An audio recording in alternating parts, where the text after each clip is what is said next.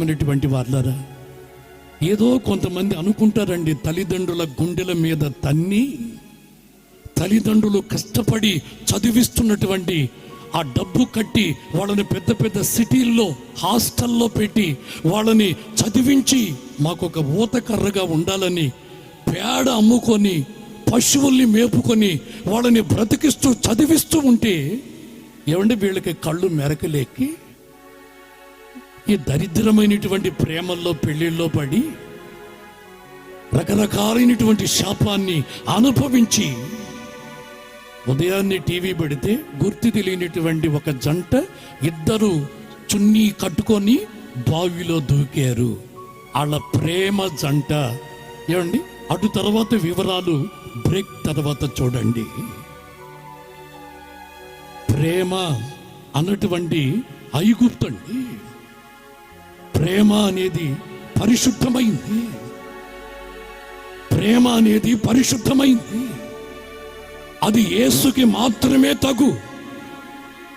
ఆయనే లోకాన్ని ప్రేమించి అనేక మంది నశించిపోతూ ఉండగా రక్షించుటకు సమస్తాన్ని విడిచి పశువుల పాకలో పుట్టినటువంటి వాడు ఆయన.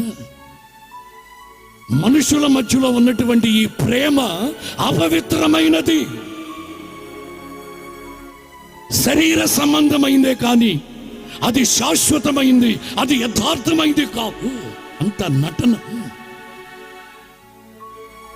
కనుక ఐగుప్తులో నివసించుచున్నంత కాలం, ఐగుప్తు అన్నటువంటి ఈ లోకంలో నివసించుచున్నంత కాలం యేసు రక్తములో రక్షించబడకపోతే, ఆయన రక్తములో విమోచించబడకపోతే, ఆయన రక్తములో ప్రతి పాపము శుద్ధీకరించబడకపోతే అతడు ఎంత బలహీనుడని చెప్పనంటే తన బలహీనతను బట్టి ఆత్మహత్య చేసుకునే బలహీనుడిగా నడిపించబడతాడండి. కుటుంబాన్ని కట్టుకోలేనిటువంటి బలహీనుడండి.